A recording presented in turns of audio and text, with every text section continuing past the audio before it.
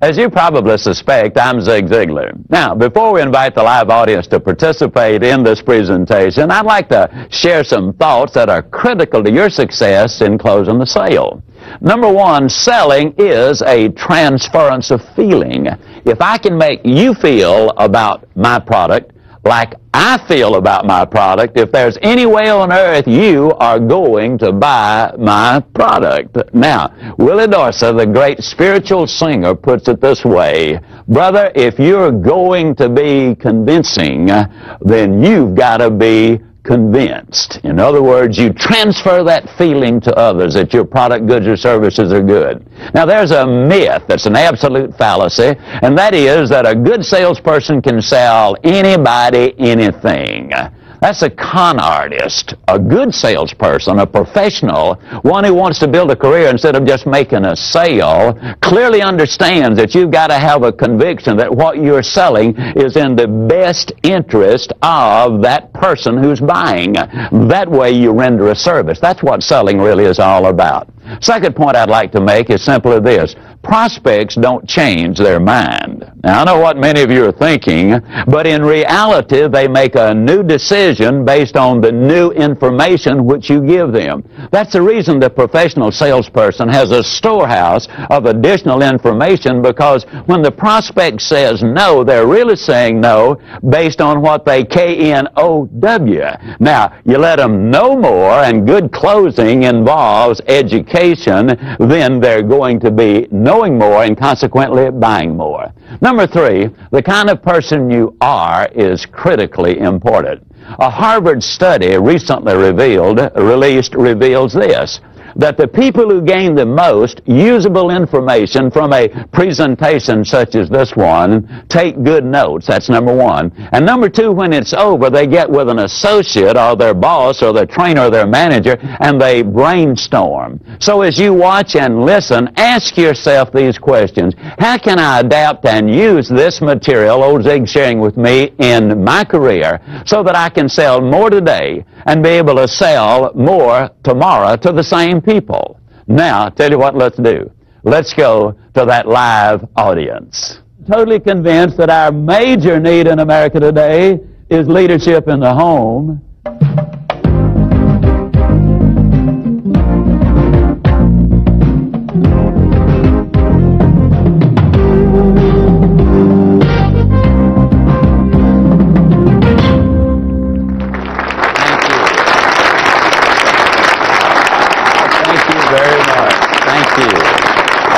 Goodness alive. All right. Okay. Thank you. Well, my goodness. Thank you very much. Okay. Sometimes when people stand up on me before I get started, I'm afraid they're about to leave me, so I'm glad to see you sit down. Now, I'm going to be asking questions as we go along. The first three closes involve selling you on what you do. Now, selling, and so I call this one the persuasion close. As I ask you these questions, some of them are kind of simple, but please do me a favor and respond to them. How many of you sell a pretty good product? Can I see your hands, please? All right. How many of you sell a extraordinarily good product? Can I see your hand? How many of you, ladies and gentlemen, sell a product that serves or solves a problem? Can I see your hand? How many of you believe that when you sell a product that solves a problem, you deserve a profit?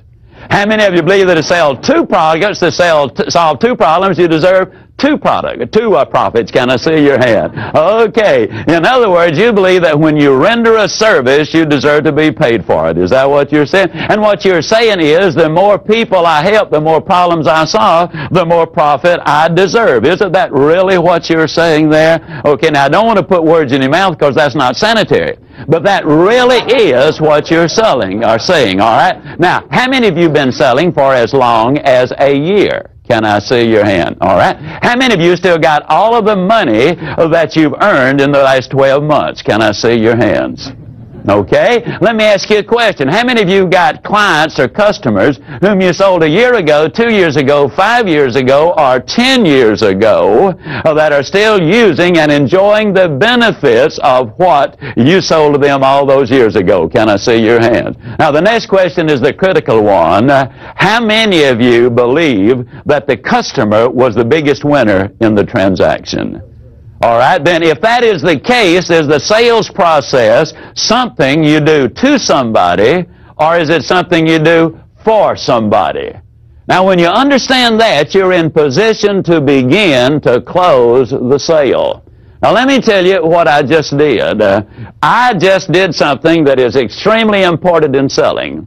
A lot of times we convince people that our product, goods, or services are the best, but we don't persuade them to take action. How do you persuade? Well, let's go back in history and look at a couple of gentlemen named Aristotle and Galileo. Aristotle was a brilliant man, but he came up with a very foolish concept. He believed that if you dropped two weights of different sizes but made out of the same material, that they would fall at different rates of speed. That's what they taught at the University of Pisa for years and years and years. And then a young whippersnapper named Galileo came along, and he said, that's crazy. The students and professors said, why, you're off your rocker. Why, Aristotle said, and he said, well, let's go to the top of the Leaning Tower of Pisa, and let's take a look and see. He took two different sized objects of the same material, he dropped them, and they obviously fell at exactly the same rate of speed. He had convinced them beyond any doubt that what he was saying was absolutely right. But he did not persuade them to take action. Now, what am I getting at? How do you persuade people? You don't persuade people by telling them. You persuade them by asking them. You see, had I started by saying that you as salespeople really render a service, you would say, yeah, but I do okay too. Hey, you do all right, and that's fine. That's part of the equation. That's the reason I went through that little routine about how many of you sell a pretty good product. That is so important. You see, that sales process is something you do for someone. It is not something you do to someone. So I'd like to tie that in selling you on you to another attitude close, because you're the most important part of this equation. For a couple of years, I fought in the ring. One of the things and incidentally, I had a pretty good record. As a matter of fact, the worst I ever finished was second. Now, the only reason I quit was because of my hands. The referee kept stepping on them. Well, anyhow, in athletics, what you do is you study the opponent's weakness and exploit it. That's true in football, basketball, boxing, tennis, whatever it is. You study their weakness and exploit it. In selling, you study their weakness, that is their need, and you strengthen it by selling them your goods or products or services. There is your difference right there. Now, what kind of person sells the most? What is involved philosophically in this? We've built our entire business on the concept that you can have everything in life you want if you will just help enough other people get what they want. You solve their problems, my friends, you're going to do all right. Now, please understand that's a philosophy and not a tactic. Where does character and integrity enter the picture? The Forum Corporation out of Boston, Massachusetts, did an exhaustive study on 341 salespeople. 173 of them were super successful. 161 of them, 173 were super successful. 168 of them were moderately successful, and they determined what made the difference. Now, all factors were equal in the two groups as far as experience and education and product and territory and all those things. But there were two major differences and reasons for their success. The first one was trust. You see, the reality is without integrity, people won't listen. Without trust, they won't follow, meaning they will not buy. Now, the question is, who do they trust? Now, this is so simple, it's going to be frightening. They trust the good guys and the good girls. They trust those people of character and integrity. The second major difference they discovered was this. The super successful salespeople, the career salespeople, clearly understand that the sale is not complete until the order is signed, the merchandise is delivered and paid for, and the customer is happy with it. In order for those things to happen, you have to have a team of support people, and most professional salespeople do not have a team. So when they call the office, they're just as courteous to the switchboard operator as they are the chairman of the board. They're just as nice to the file clerk and shipping clerk and collection lady or person as they are to any of the executives in the company. And they become a team, and everybody understands then that they're involved in the sales process. Now let's look at what I call the three-question close to kind of begin to tie some of these together. Let's assume in this close that you've demonstrated your product. And let's assume that you have demonstrated that it will save money. And so the three questions simply, can you see where using this product or service would save you money? Question number two, are you interested in saving money? And question number three, when do you think you ought to start saving the money? Now, exactly the same question will go with time and work and health. Can you see where this would be good for your health? Are you interested in taking care of your health? If you were ever going to start taking care of your health, when do you think would be the best time to start? That's the immediacy, having them into action right now. I'll give you a specific example of how that works. Don Jarrell from Garden Grove, California, represents a very fine, accredited vocational college. A man and his three daughters came in to consider enrolling in the college. The enrollment fee was roughly $16,000. Now, that's a pretty nice little piece of change. But Don had already determined that the man could well afford it, so he knew that price was not the problem. But he knew in order to persuade him to take action, he had to ask him questions that would lead him to the decision table, not run him or force him at the decision table. So we asked him very simply, do you invest in the stock market? The man said, well, as a matter of fact, I do. Then he said, do you consider the funds needed to put your daughters through school an investment or an expenditure? Now, I want you to notice he's tying the head and the heart together. Now, let me emphasize the point. People do make emotional decisions, but if you got some logic behind it, your chances of getting the sale are dramatically higher. Well, the man obviously said, well, I consider it an investment. Then very quietly, Don Jarrell said, and how much are your daughters worth as an investment? Now, what I'm encouraging you to do is to think in terms of adapting these and other questions to fit your product, goods, or services. Now, we look at the alternative choice close here, and you will see that one will come up a number of times under several different circumstances. But let me encourage you, always think in terms, as I make a presentation or give you a close, think in terms of how can I use this, adapt it, adjust it to fit my particular goods, products, or services. How can I use this to fit my situation? That's the reason that brainstorming and thinking it through is going to be so enormously important. First time I heard of alternative choice was old Elmer Wheeler many, many years ago. He was a man who said, sell the sizzle and not the steak. Well, the Walgreens Drug Company, back during the Depression, hired him to help boost their sales. Now, in those days, the drugstore part of it, the soda fountain, was an enormously effective tool for bringing people in, and it was a great profit center.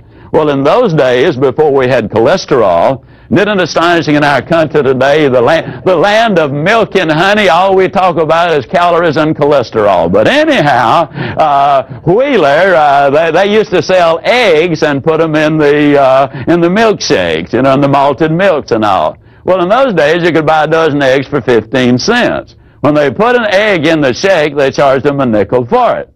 So instead of asking them if they wanted an egg in it, Wheeler taught them to pick up 2 eggs and simply when they ordered a milkshake or malted milk, say, did you want 1 egg or 2?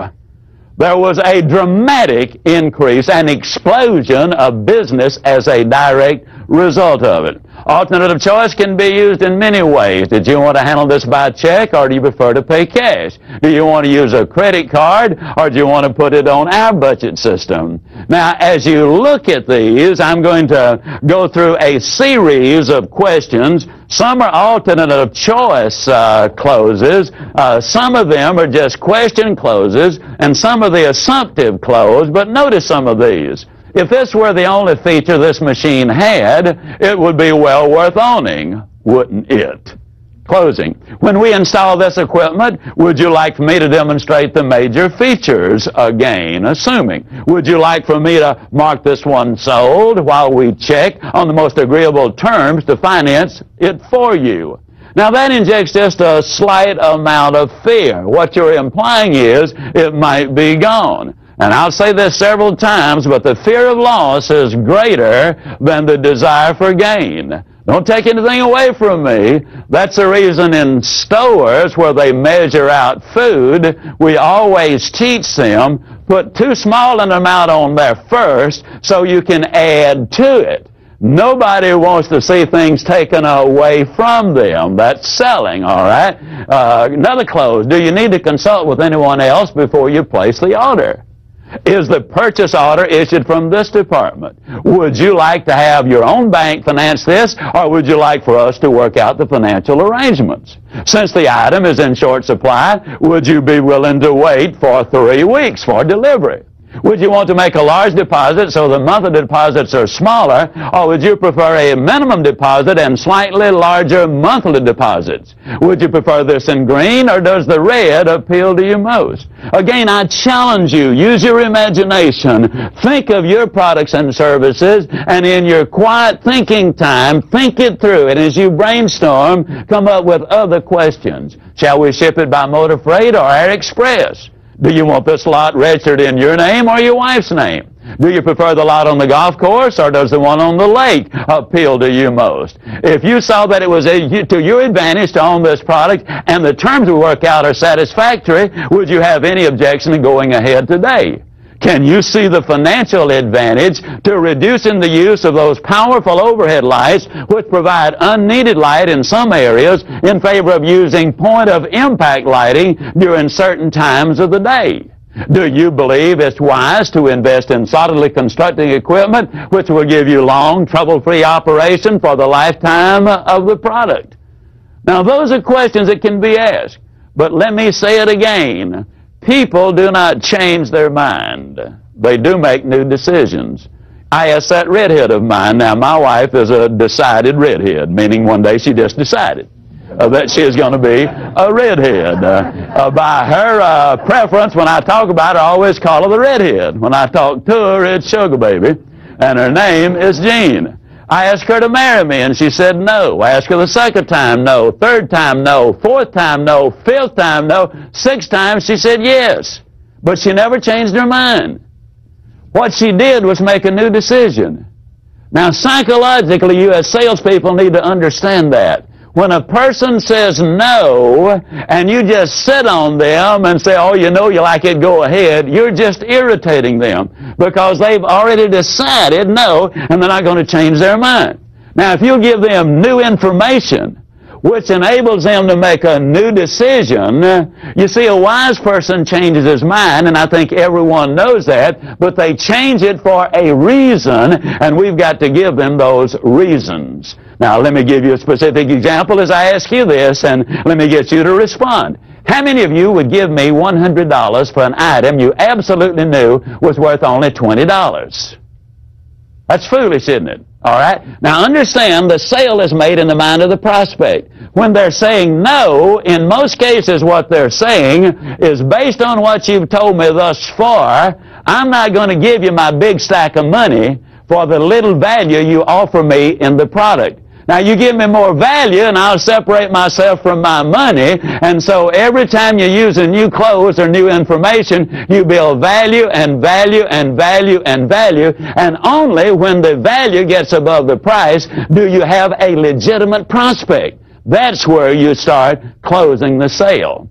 Now, let's look at some closes that deal with specifically how to overcome the price objection by using your voice inflection.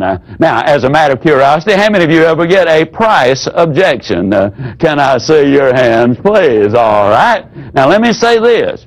When you use the right words and you're selling the right product, and use the right inflection in your voice, then you've got an infinitely better chance of making the sale. Let me say that those voice inflections can completely change the meaning and intent of words. For example, how many of you realize that in the Bible it clearly says that man was born cursing? Did you know that? If you don't believe it, look it up. It's Job 3:1, and it clearly says, and Job cursed the day he was born. Now, the only thing is that little comma is not in there. When you took the comma and put it in, that completely changed the meaning. For example, let's take something like, I did not say he stole her money.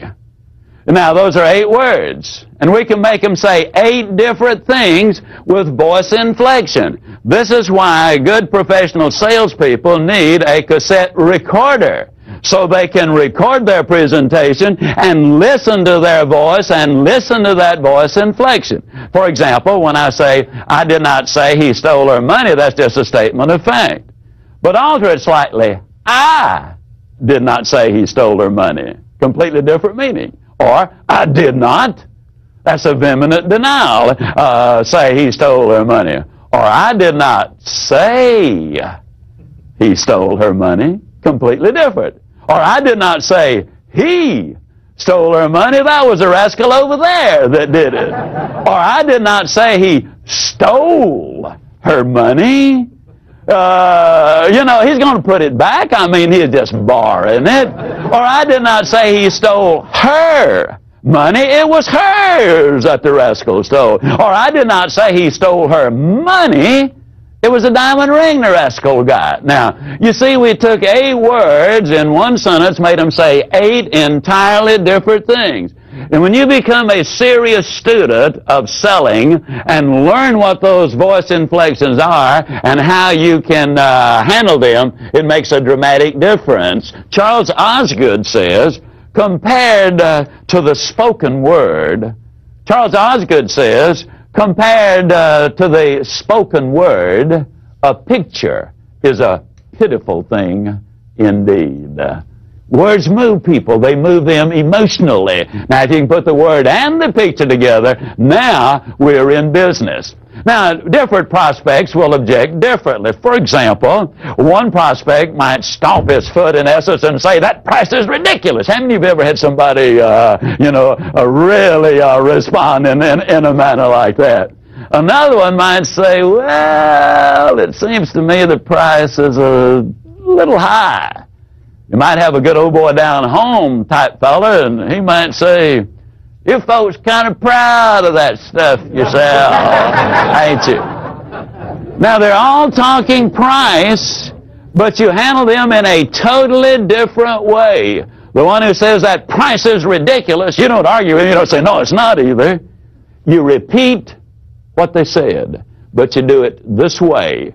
You lower your voice, you look them right in the eye, and simply say, the price is ridiculous? Now that sounded so simple, but you'll have to hear that a number of times to get that inflection right. What I did at the very end, my voice was rising. And what that does is it physically moves the objection back to the prospect side of the table. You are now selling on offense instead of defense because the prospect now has to defend their statement instead of you justifying the price. Now, because everything is selling, ladies, let me go ahead and tell you this, that works infinitely better even at home. For example, let's say that you beat your husband home, and you've had really a tough day, and as he walks in, you greet him warmly, of course, and give him a big old smooch, and then you back up about 3 steps, you look at him and a big old smile and say, honey, did you want to take me to Alamans or Farfallo's for dinner? You might say, I don't want to take you anywhere to dinner. You don't argue with him. You just simply repeat what he said. You don't want to take me to dinner, hon? It almost ain't fair. It really is not. Now, let's say that it's grass cutting time, and so you say to your 14-year-old, okay, son, it's time to cut the grass. I don't want to cut the grass. You don't argue with him. You repeat what he said. You lower your voice. You look him right in the eye and say, you don't want to cut the grass, son? I can absolutely guarantee, whether you want them to take their toys to the back room or cut the television set off or get the repair person to come out and repair the air conditioning on a brutally hot Friday night, I can tell you it works dramatically better. Now, let's look at it another way. Let's say that one prospect might say, well, you know, the price is a little bit high. Then we got a lot of different ways. For example, I call this the like it close. I simply say to them, well, let me ask you, do you like it?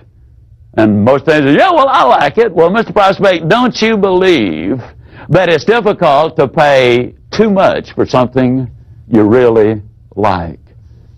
Well, they might say, well, you got a point, but yeah, I think you can pay too much for something you really like. But you've just crossed a little barrier. You now have got them thinking along these lines. And let me point this out. Sometimes when they object to the price, that's not the objection at all. So early on, you need to smoke it out. Is that the objection? And you do that simply by saying, well, let me ask you, if there were a way I could show you that the price not only is fair, but actually is more than fair, would you go ahead and take advantage of the offer that we're making to you this evening?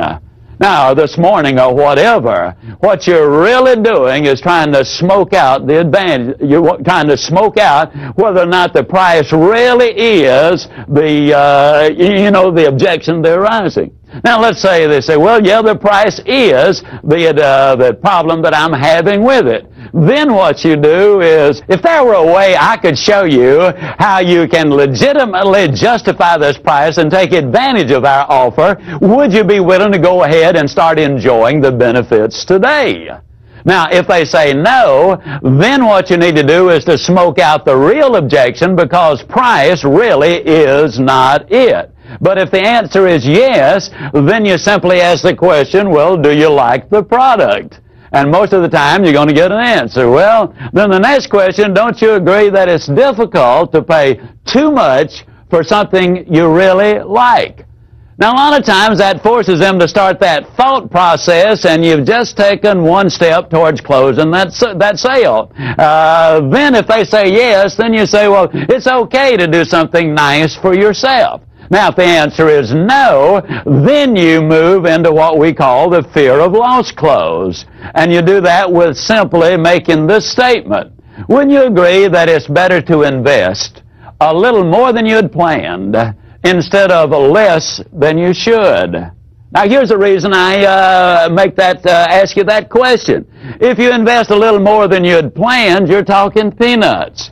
If you invest less than you should, and the service or product you buy won't do the job you need it to do, then you literally have lost everything. Now, if the prospect says the price is still too high, then you move to what we call the how much too much close. For example, for 15 years, I was in direct sales. I sold heavy-duty stainless steel cookware, and it carried a premium price for a very justifiable reason. And a lot of times, the prospect would say, well, yeah, your product is too much. And I'd say, well, give me a figure. How much too much? And they'd say, well, $200 too much. Now, I would always write the $200 down. And then let me give you this little bit of data. I had a policeman take his .45 and shoot my little 8-inch frying pan from a distance of 12 feet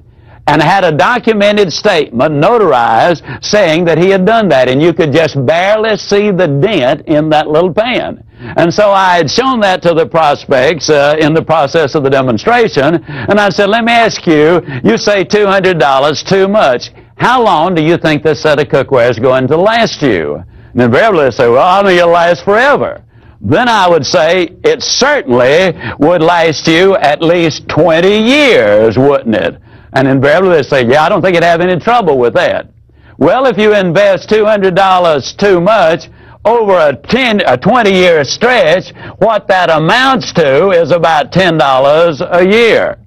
And if you break that into pennies, it means really that for just 3 cents a day, you can go ahead and have the finest equipment that you can get anywhere at any price.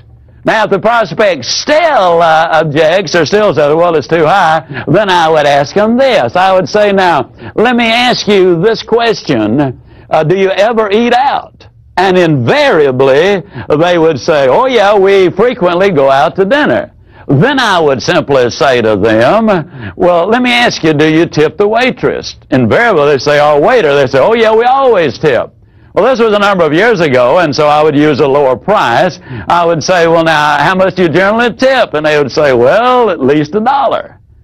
Then I would say, well, now, let me tell you what you're giving $1 for. That is to have the food brought from the kitchen and put on the table. You brought the silverware and the china out. They served you water and coffee, but they served. Now, you give her $1 for doing that, or him $1 for doing that. Your wife went to the store. She bought the food. She brought it home.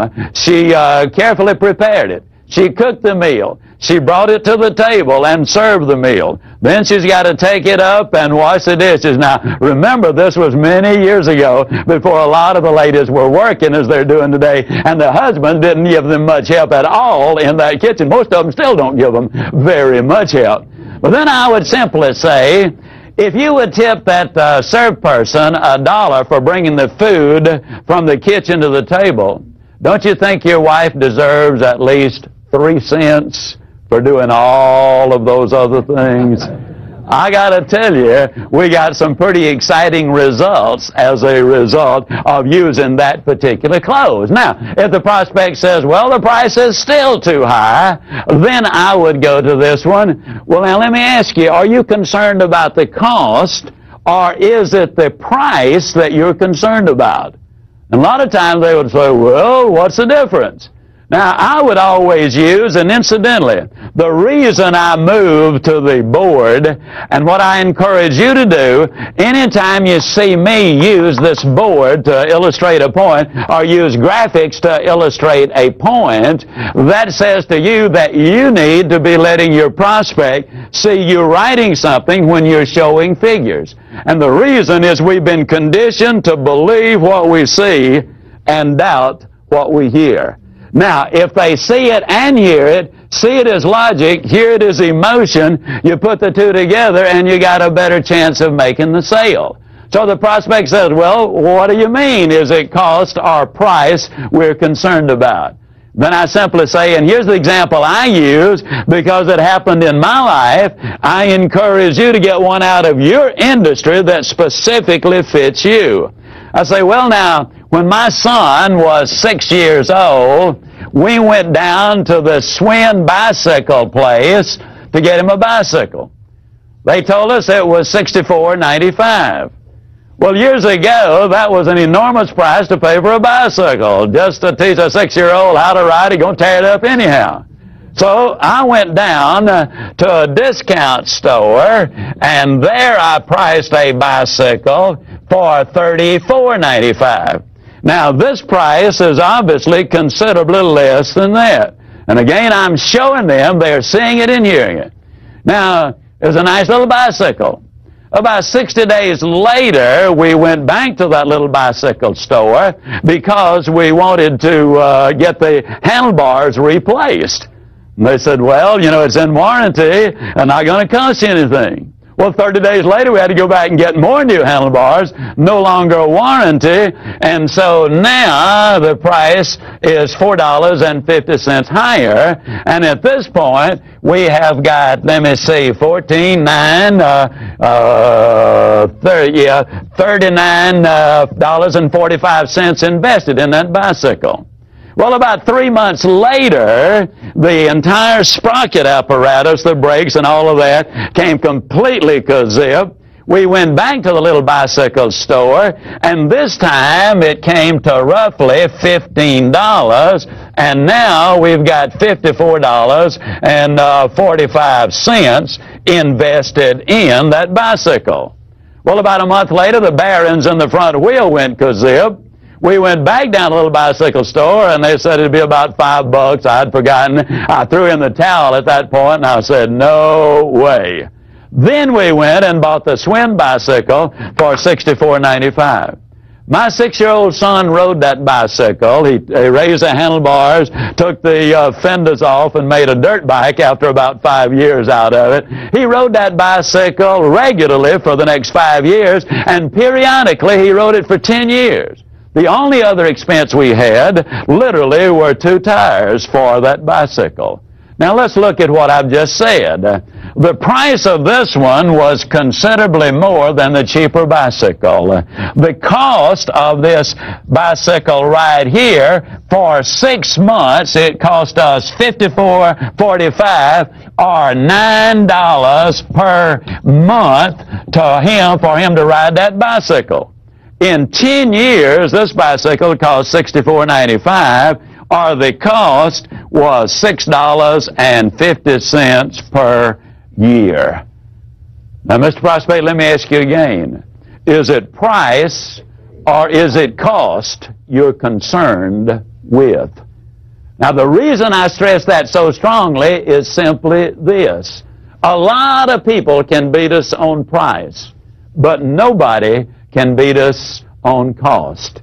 And since price is a one-time thing and cost is a lifetime thing, don't you really want the best possible lowest cost that really is effective? Now, let's say you don't have time to do all of those things as far as dealing with price. Let's say you're at a counter somewhere and you've only got a few seconds to make the sale, and the prospect simply says, well, the price is a little high, and you just have that one moment. You look your prospect right in the eye and you simply say to them, you know, Mr. Prospect, many years ago, our company made a very basic decision. We decided that it would be easier to explain price one time than it would be to apologize for quality forever. Now, I'll bet you're glad we made that decision, aren't you? I'm telling you, folks, I've sold a lot of merchandise with that particular close. It really does work. Let me emphasize a point. People do make emotional decisions. For example, we griped and complained when they started making us wear our seat belts in automobiles. I've never heard anybody gripe about wearing a seat belt in an airplane. And yet the truth is, if you have a wreck in a car with your seatbelt on, the odds are 3 to 1 that it's going to prevent more serious injury, perhaps even save your life. Now, on an airplane, 30,000 feet up, you got your seatbelt fastened, and that sucker comes down. I'm here to tell you that seatbelt's not going to do you any good at all. We do make emotional decisions. Now, again, if we can put emotional and logic together, we're going to be in business. Eb Jackson from Tucson, Arizona, is in the life insurance business, and he was telling me he used this very specific close to make the biggest sale of his career. And incidentally, he said he was kind of dragging bottom at that particular point. He called on this couple and made the presentation on the biggest contract he had ever offered. And the objection they brought up was simply the price is too high. And then Ab simply looked at them and lowered his voice and said, many, many years ago, our company made a very basic decision. They decided it would be easier to explain price one time than it would be to apologize for poor service for the rest of your life. I'm glad they made that decision, Mr. Prospect, and I'll bet you are too. Ab said it worked beautifully. Now, I'd like for you to please understand this. Every close won't work for everybody selling everything. Your experience, your judgment, and your common sense will be the determining factors. Now, you might be asking yourself, well, Ziglar, why do we need to know so many closes anyhow? Well, let me give you a basic reason for that. Dr. Herb True did some research at Notre Dame University. He discovered that only 4% of all of the salespeople in America will ask for the order 5 or more times. Now, I want to emphasize something. They do not necessarily ask those 5 times in the same interview. There are many presentations where, in fact, you do not ask for the order simply because you're gaining information so that you can make a legitimate proposal to them.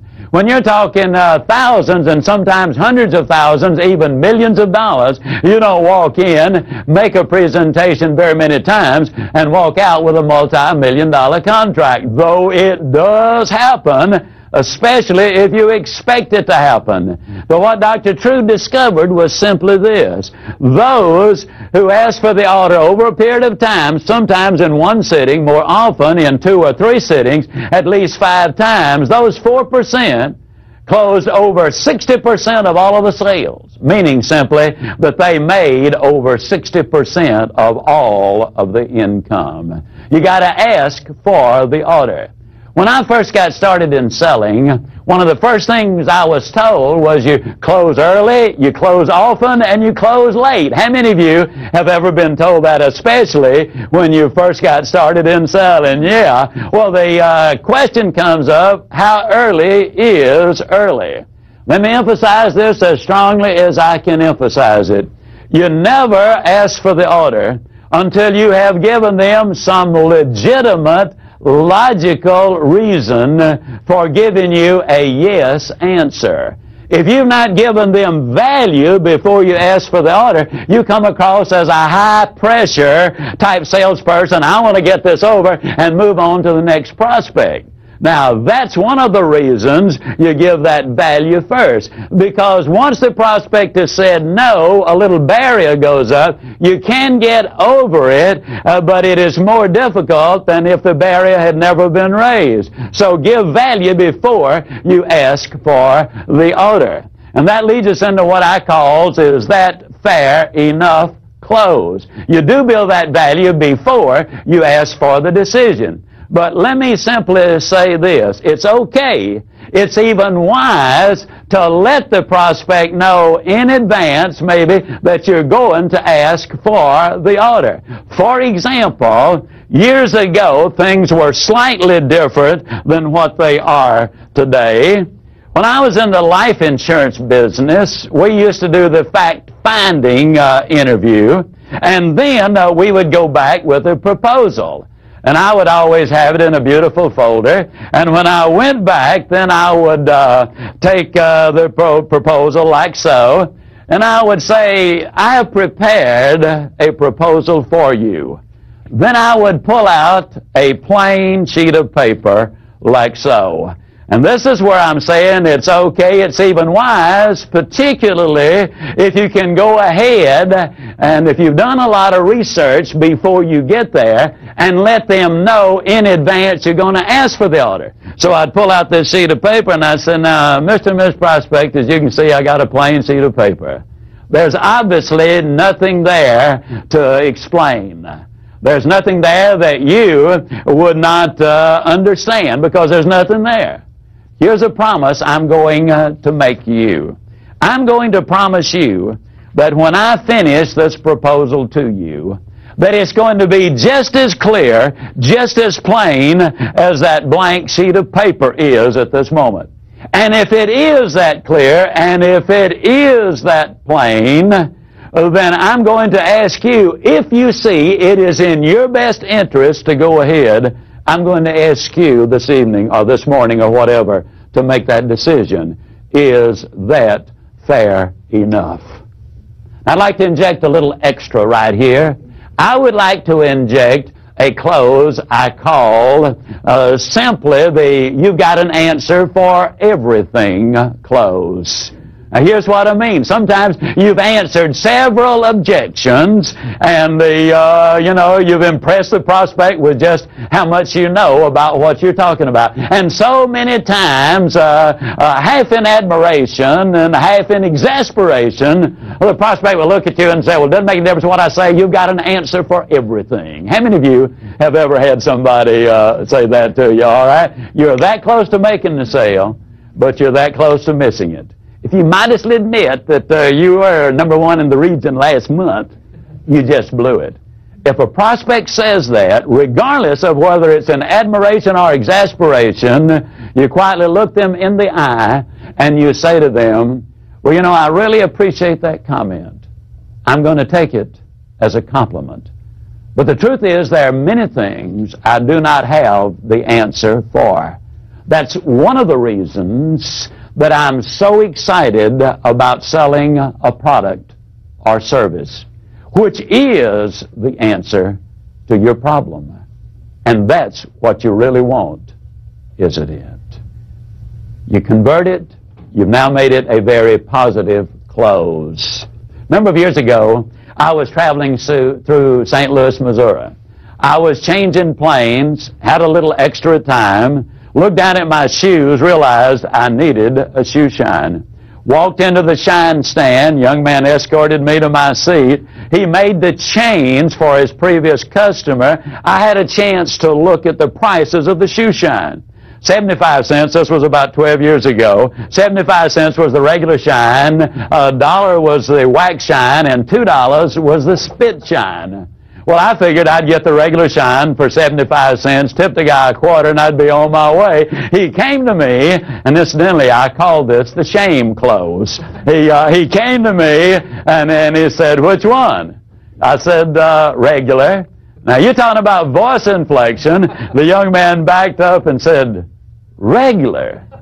Well, I knew right then I was in for an unusual shoe shine, but I wasn't about to let that guy get the best of me, so I said, "Yeah, you guys do such a marvelous job here. I know it's going to be fabulous, and I'll be on my way." Well, the guy didn't say a thing, didn't even grunt.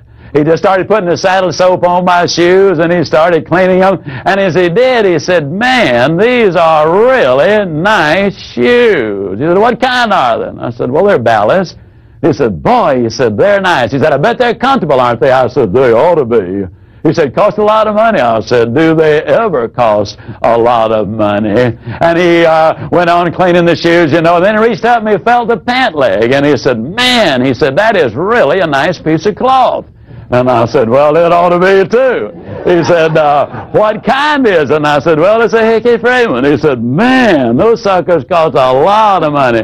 I said, "Yeah, I know they do, but this one's got some special cloth in it, makes it even more expensive. But I've already been wearing this suit about 5 years, and you still can't see any problem with it." Well, he said, "Man," he said, "that's nice." And then he started the shining process, and he was just a shining away, and he was a popping, and when they're popping, that's not shining. I shine shoes in the Navy. I know when you're shining shoes. That's a sales talk. He's trying to attract the crowd from outside. So he was just a popping away, and all of a sudden he backed away, and he looked me right in the eye, and he said, "This seemed like a shame. Man spent over $100 on a pair of shoes. Spend several $100s to get a nice suit of clothes. And all he's trying to do is look nice. Then he won't spend another $1 to get the best shine in the whole world."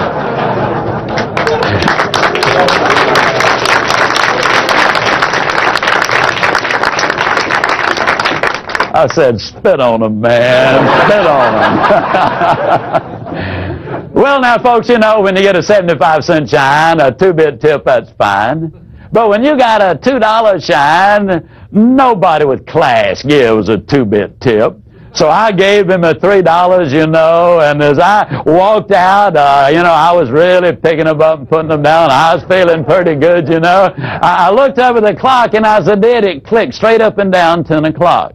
Now, the reason I mention that is because when I sat down, I noticed it was exactly 3 minutes until 10. I was in his chair 3 minutes. I gave him $3. Now, you don't have to be a Phi Beta Kappa from MIT to figure that one out. That is $60 an hour. Did you realize that's what we were paying our psychiatrists back then? Of course, this guy does some good. But,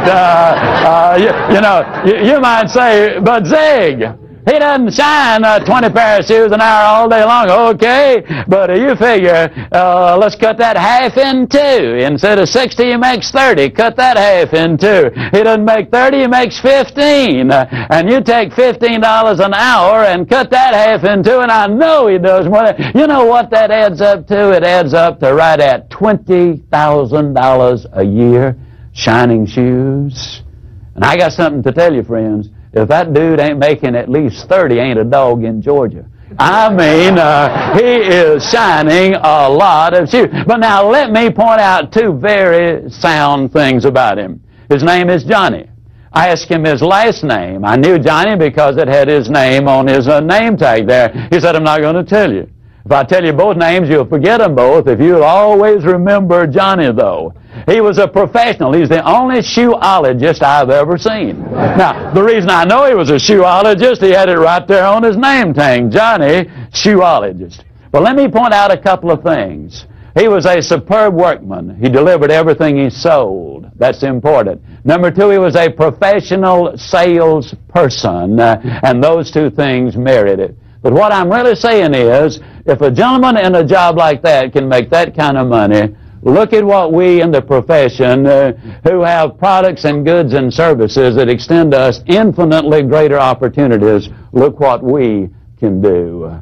But the story doesn't end there. A few months later, I was back in the St. Louis airport. I walked in this time, there's no other shine guy around, no other customer, I'm the only one. By then, they've changed the prices and structure just a little bit. It simply says, best shine, $2.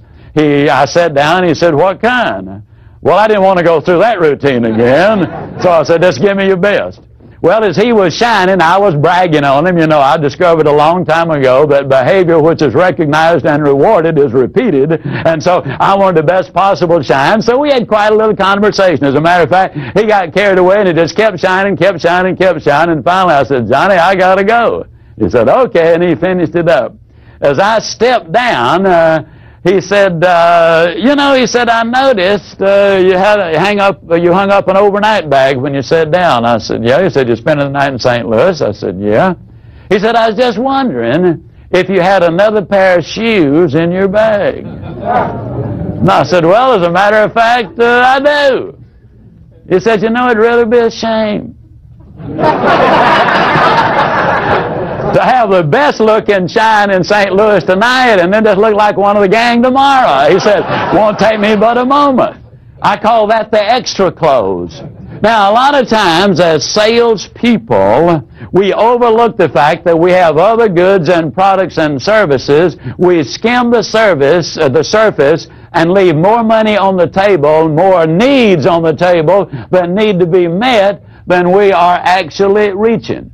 Don't misunderstand. I'm not suggesting you try to sell everybody everything you've got every time you make that call on them. But they're buying, if you're selling products that you know they're buying from someone else, think of the time and effort you can save them if you can become more of a service person to them, selling them more of the things they're buying already anyhow. It is a service. You really can have everything in life you want if you will just help enough other people get what they want. Then I'd like to share with you what I call the marriage close. I was in the insurance business. One of the things that used to frustrate me, I'd spend a lot of time preparing a proposal and making the presentation.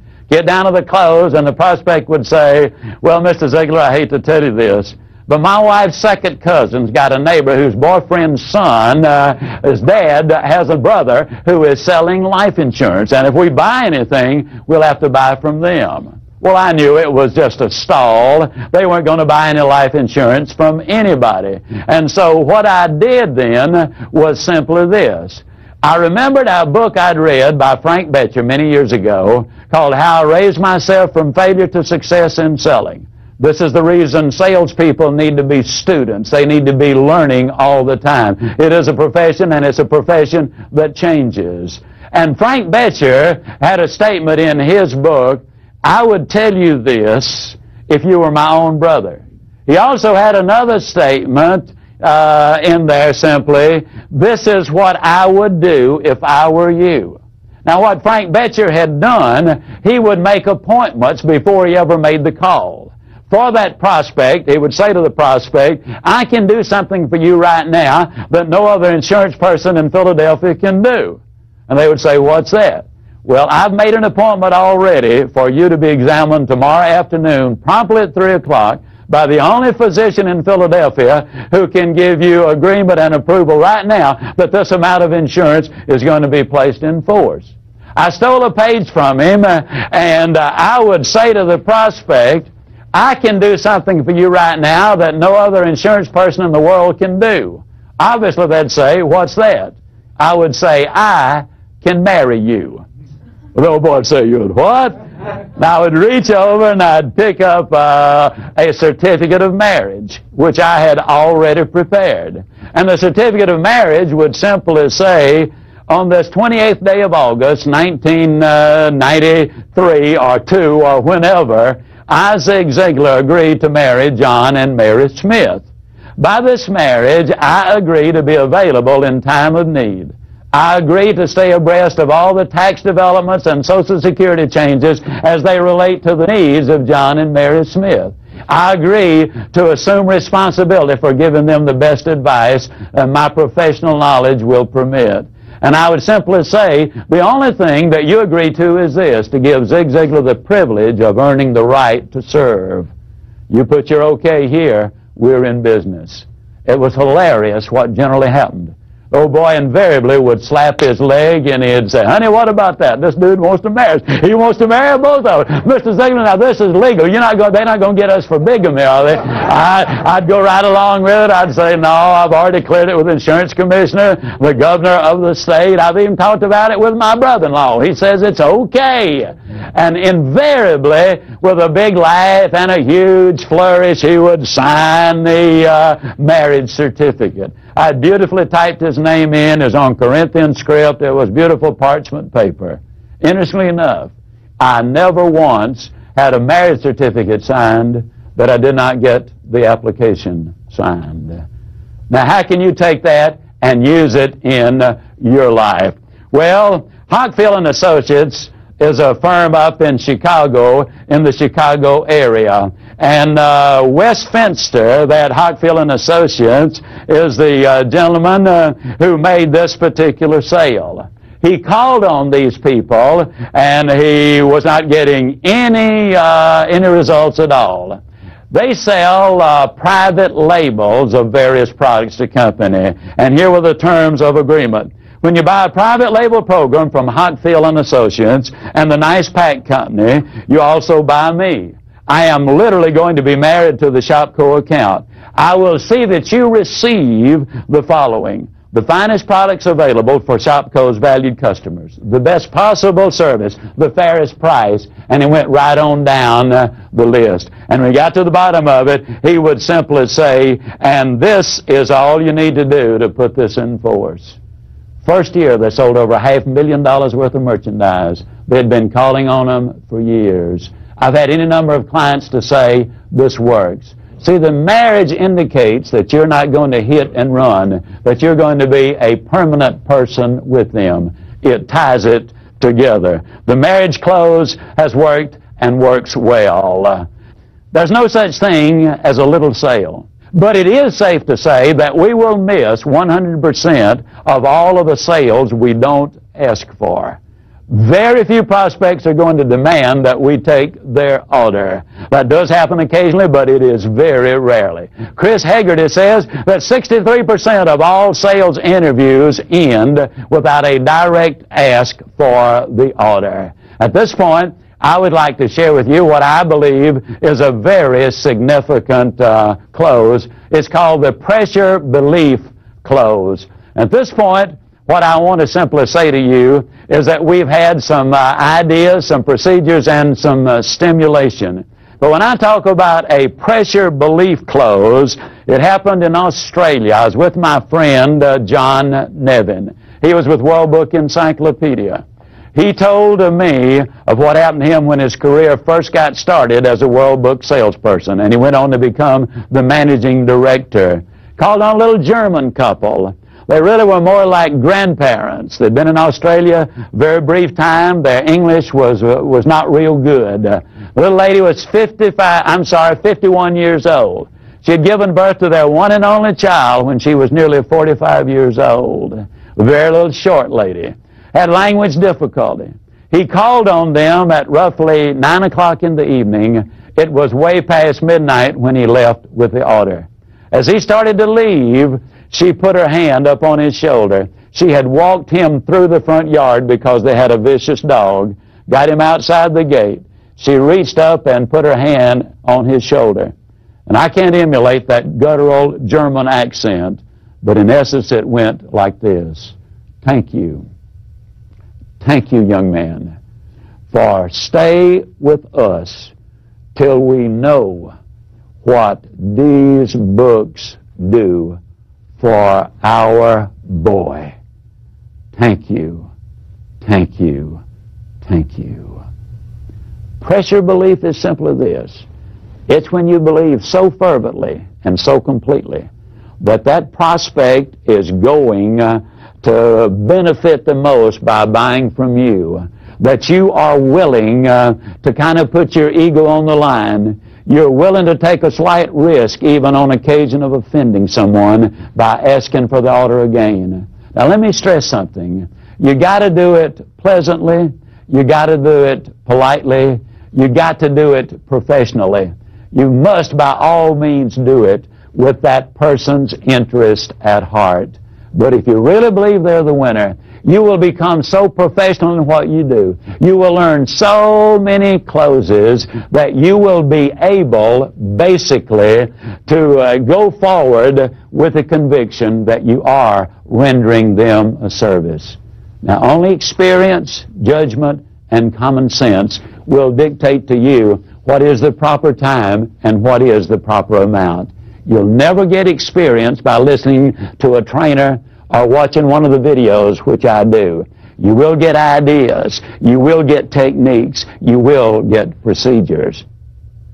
Now, if you really want to build a sales career and substantially improve your sales, it's time to go to work. I encourage you not only to read, but to study Secrets of Closing the Sale and my other book, Ziglar on Selling. Now, the reason I say that is this. You can learn a lot of closes and procedures and techniques, but unless you understand the philosophy and the psychology behind them, you will only be partially as effective. You will need to read the exact words many times. There are literally over 140 closes and over 800 questions in these two books that will help you to lead people to those decision tables. And then in order to get the voice inflections down, we have made audio cassettes of each of these videos, and while you're in your car, you need to be listening to them over and over and over. The SMEI International, Sales and Marketing Executives International, says the average professional salesperson spends 510 hours a year in the automobile. That means you literally can make it your sales university. You can learn procedures and techniques. You will really be able to make it a part of you so you can automatically and instinctively respond. You also are going to need to work very much with your manager, your associate, or your trainer.